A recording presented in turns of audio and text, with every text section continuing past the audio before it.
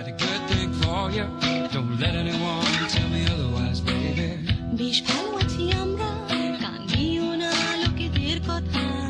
That's right, girl. We'll be fine, whatever we'll be. You ought to know by now.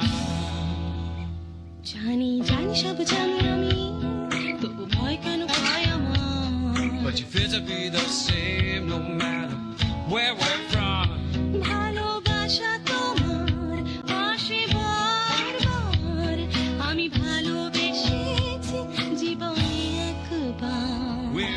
Good morning, welcome to Goldilocks Lake.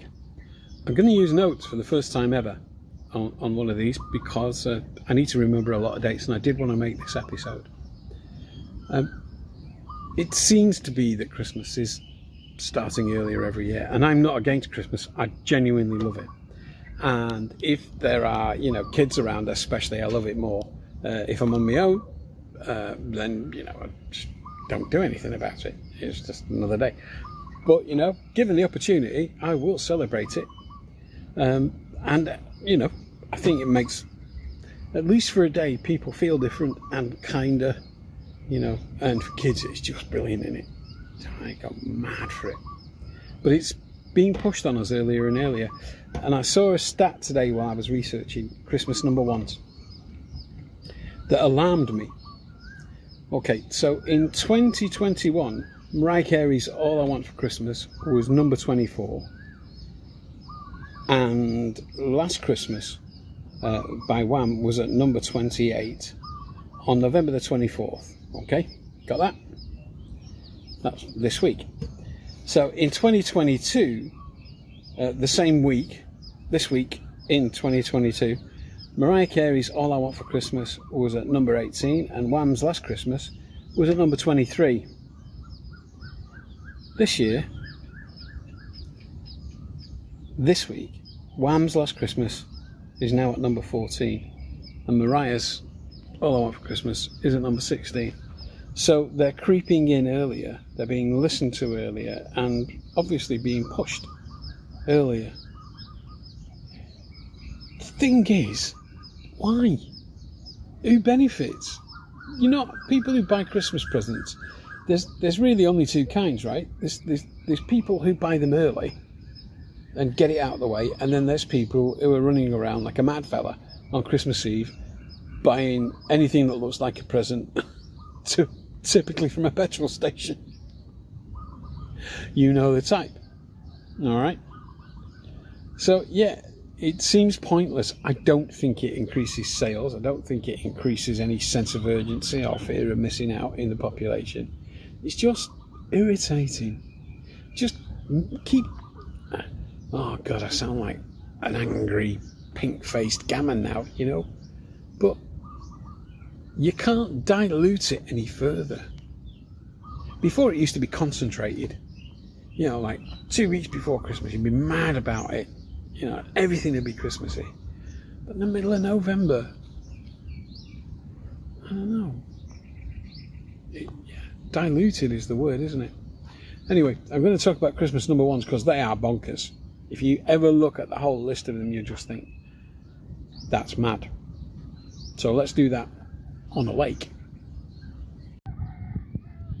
We're at about 12 o'clock on the lake, towards the middle, so you can see it's all a bit pinky this morning. I like that, pink and blue. There's the gym. They've not took down the stuff from Lakewatch yet.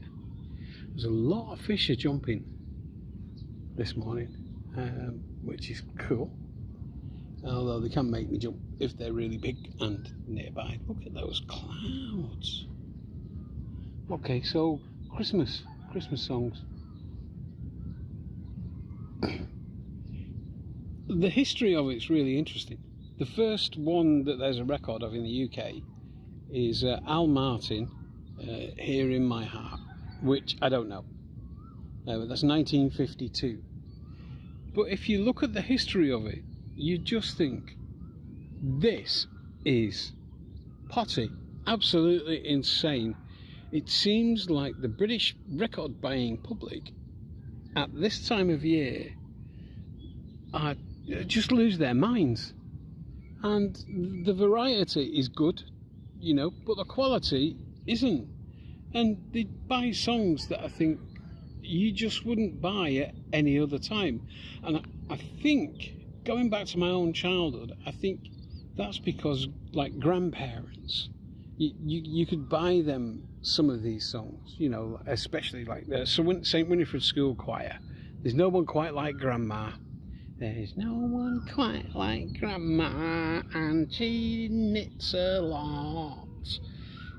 She is really lovely, and she wipes our noses when we got snot. Something like that. I can't remember the words exactly, but it's along those lines. So I get that one. That was one. Yeah. But Ernie by Penny Hill. Ernie, and he drives the fastest milk cart in the West, was a Christmas number one. Lily the Pink, brilliant song. Absolutely love it. Scaffold, top band, right? Christmas number one though. Why? We'll drink a drink to Lily the Pink, the Pink, the Pink. Became a great football song, I think, as well. Although probably too rude.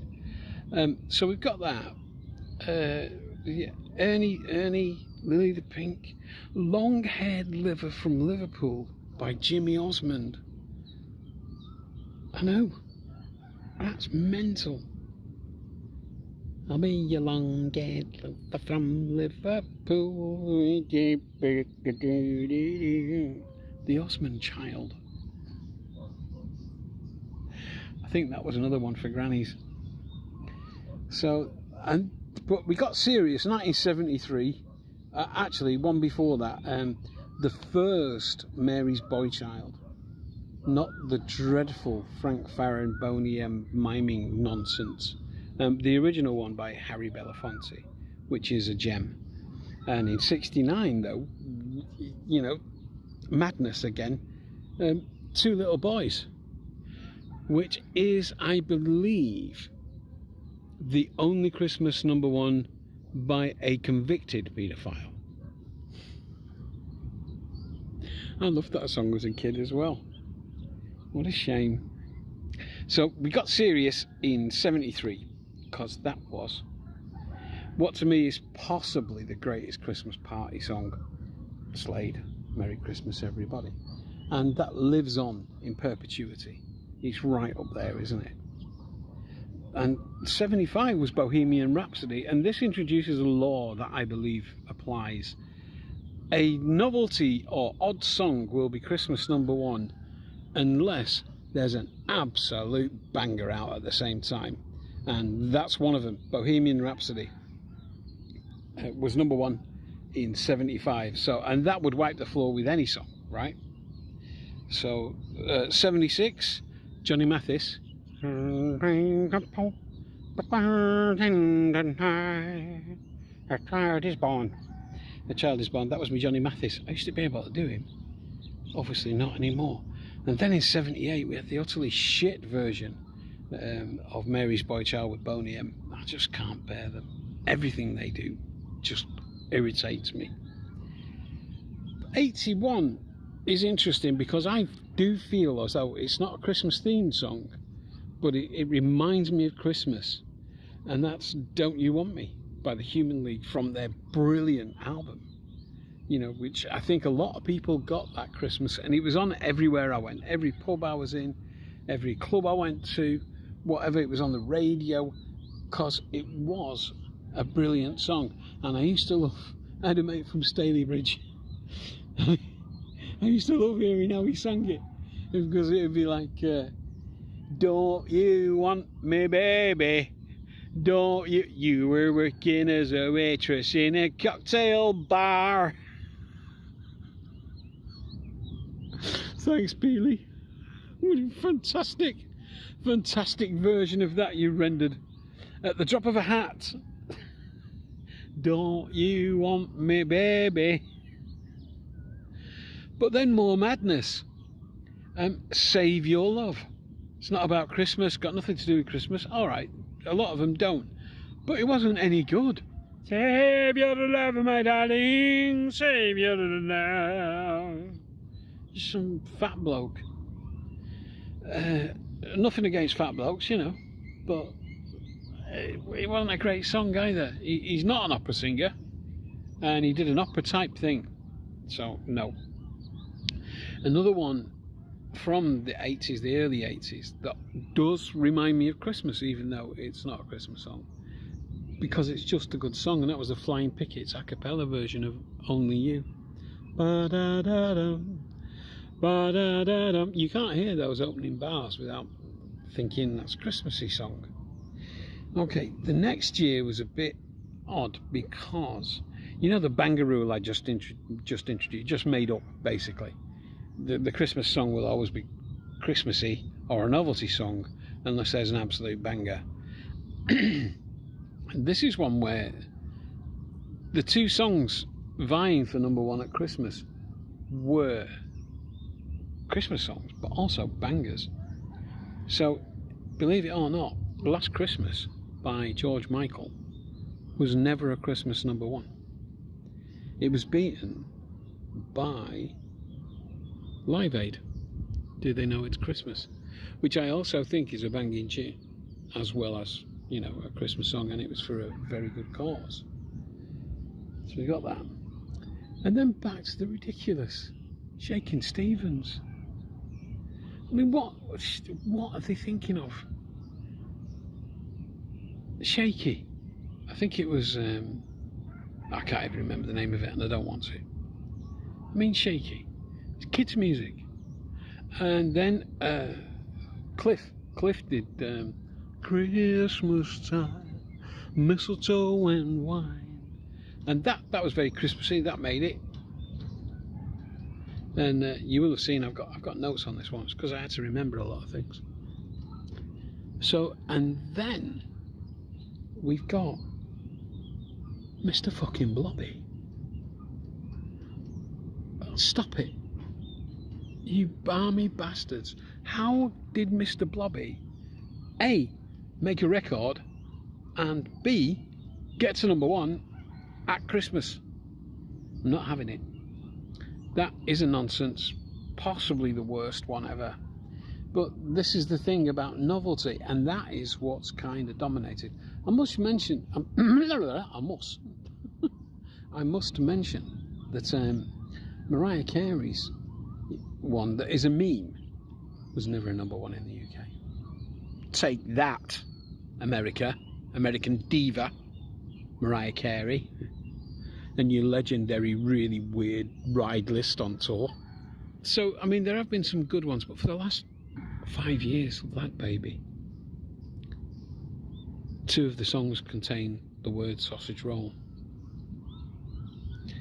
And the only good news about the passing of the lovely Shane MacGowan is that this year should end, hopefully for good, that 5-year Lad Baby run with their nonsense. Alright, that's it. I love you all. Bye. Yeah, yeah.